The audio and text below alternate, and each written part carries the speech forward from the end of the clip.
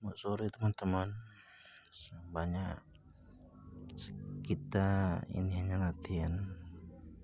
Banyak ingin mencari trik-trik yang jitu atau yang bagaimana.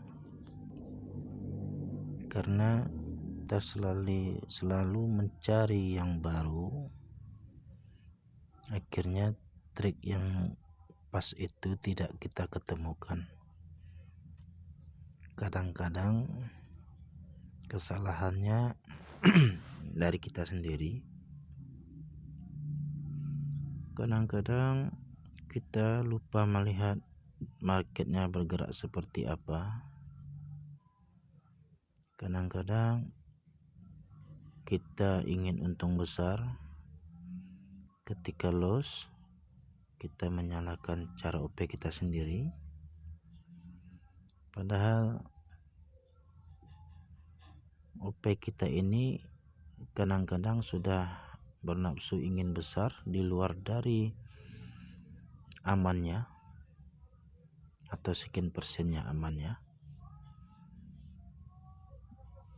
Kadang-kadang kita terasa juga apakah ini kita paksakan sendiri, apakah sudah di situ kemampuan kita saat bertrading lihat OP. Jadi kalau menurut saya, putuskan betul atau kaji betul satu-satu. Ketika dia gagal, kita harus mengulang kembali dari awal. Kenapa bisa terjadi begitu? Sehingga dengan kita mengulang kembali dari awal,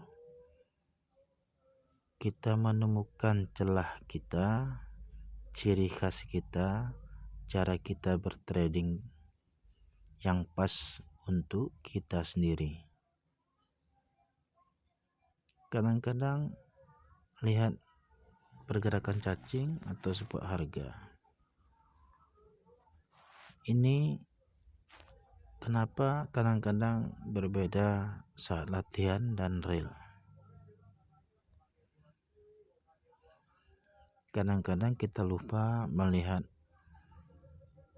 apa syarat-syarat agar OP kita ini bagus atau profit.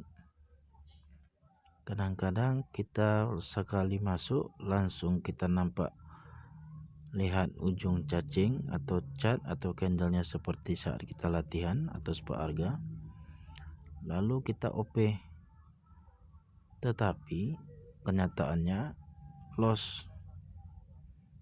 Bagaimana kita menanggapinya?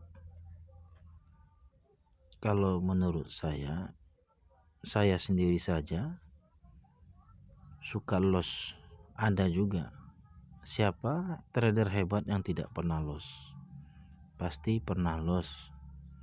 Cuman bagaimana cara dia menahan diri atau stop lossnya sudah ada karena disiplin kuat.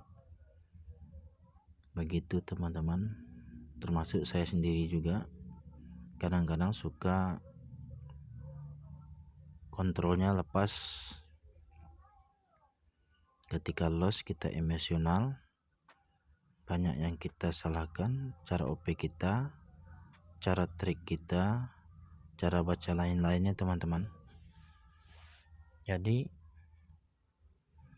ada yang bertanya, kadang-kadang ada yang pertanyaan, apakah ada untungnya trading selama 1 bulan ini, berapa kita dapat? Jadi tergantung kepada diri kita masing-masing. Kalau untung melihat saya atau konsistennya, kalau saya pribadi berapa banyak kita WD, berapa banyak kita DP. Jadi begitu hitungan saya. Jadi kalau selisihnya ada untung lumayan, maka kita untung. Tapi kalau kita merasa rugi, saya pribadi sendiri, saya nggak akan menerusnya lagi karena selalu rugi. Sehingga daripada berlarut-larut sampai bertahun, lebih baik kita tidak trading dahulu atau break dulu untuk memperbaiki mental kita sendiri. Begitu teman-teman. Kalau kita sebenarnya untuk mencari $1 saja sudah bisa. 1 kali OP $1. Coba kita buat $1 per hari saja. Berapa yang kita dapat selama 1 bulan?